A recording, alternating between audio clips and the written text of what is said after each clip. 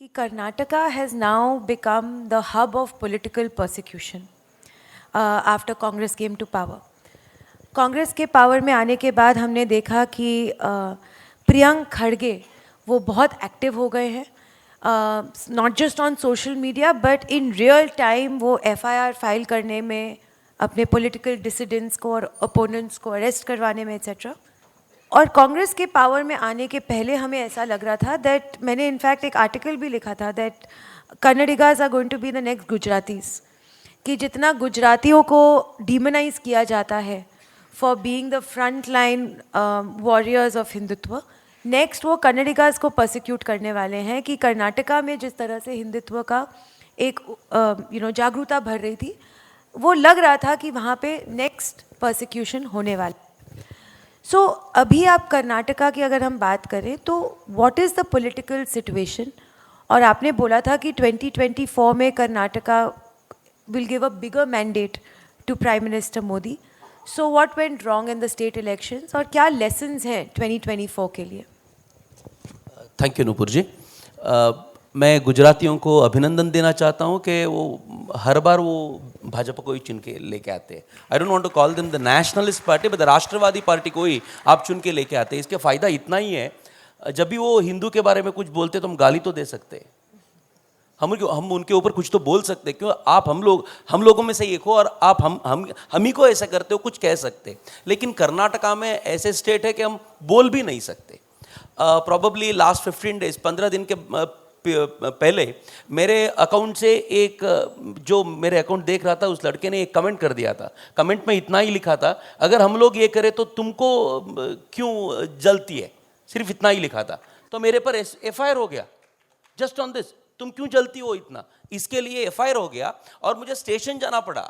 तो अच्छा हुआ कि बहुत सारे लड़के थे साथ में, तो सरकार को लगा कि हमने कुछ गलत किया, तो लोगों को भी लगा कि सरकार कुछ गलत कर रही है. एक लड़के को आज ही रिलीज कर रहे हैं वो लोग. आज ही कोर्ट ने सरकार को ऐसे तमाचा मारा और कोर्ट ने कहा इसको अंदर रखने के लिए आपके सामने कुछ है ही नहीं, क्यों अंदर रखे हो इसको, पहले छोड़ो इसको. आज ही आया हो और वो लड़का पुनीत केरेहल्ली उसका नाम है, वो आज ही छोड़ के जेल से बाहर आया है. तो मुझे इतना ही कहना था कि जो हम जो लॉस आज जो महसूस कर रहे हैं, it was just because of the bad governance that the BJP gave. I should say this.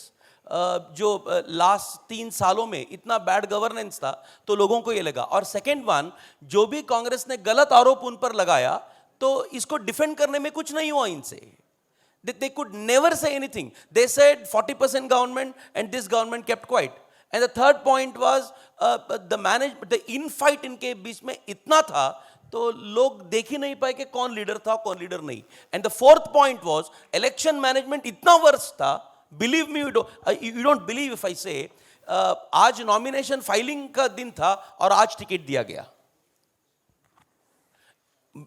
Thank God he one, because that was the place of Shivamogga, जहां हिंदुत्व का बहुत चर्चा चलती है, इसीलिए हम जीत गए, नहीं तो हम हार जाते वो भी. So this is because of the political management we lost. Otherwise Karnataka is still active और हम वादा कर सकते हैं. पिछले बार हमने 25+1 दिया था, इस बार 28 का 28 भी दे सकते हैं अगर इनफाइट खत्म होके सब लोग एकजुट हो जाए. तो मैं आज भी आपको बताना चाहता हूं, मैं सिर्फ कोट कर दूंगा. जब भी सिद्धरामैया जी आते तो क्या क्या होता है. सिद्धरामैया जी एक बार आए थे 2013 में, तो 20+ मर्डर्स हुआ था, तो हम सब लोग जानते हैं. एक तो कबीर नाम का एक मुसलमान था, अपने 4 साथियों के साथ एक गाड़ी में जा रहा था और उसके पास 20 गाय थे. तो एंटी नक्सल फोर्स ने उस गाड़ी को स्टॉप करने का प्रयास किया and he speeded up, because उसको विश्वास था कि सिद्धरामैया जी ये बचा लेंगे.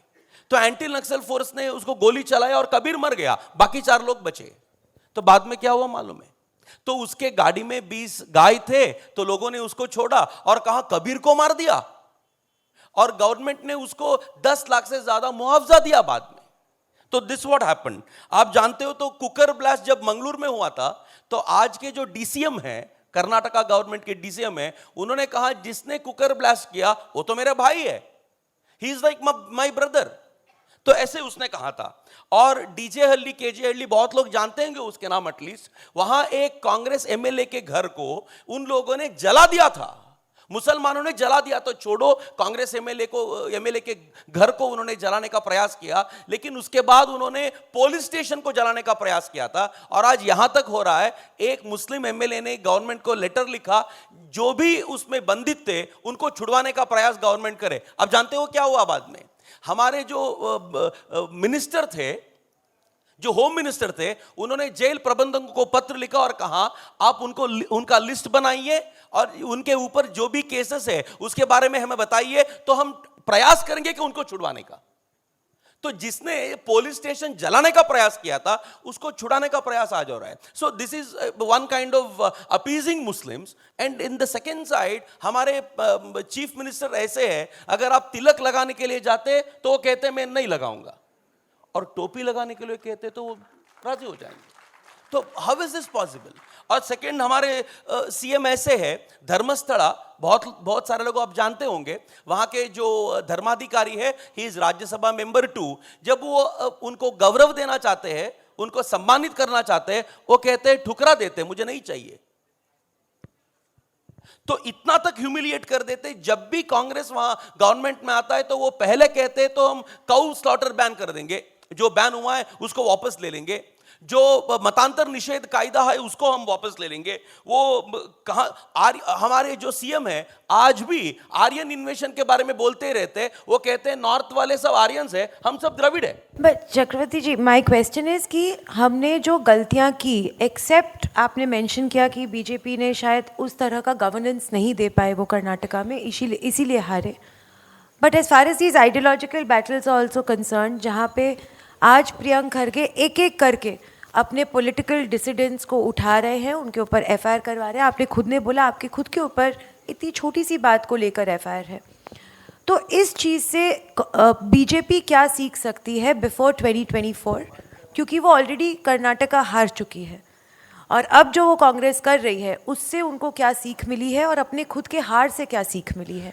मैं तो पूरे देश को कुछ नहीं बता पाऊंगा, लेकिन कर्नाटक को परिप्रेक्ष्य में रख के मैं ये कहूंगा, वहां के बीजेपी अब भी हार चुकी है, अभी भी लीडरशिप नहीं है वहां, अभी भी वो बटे हुए हैं।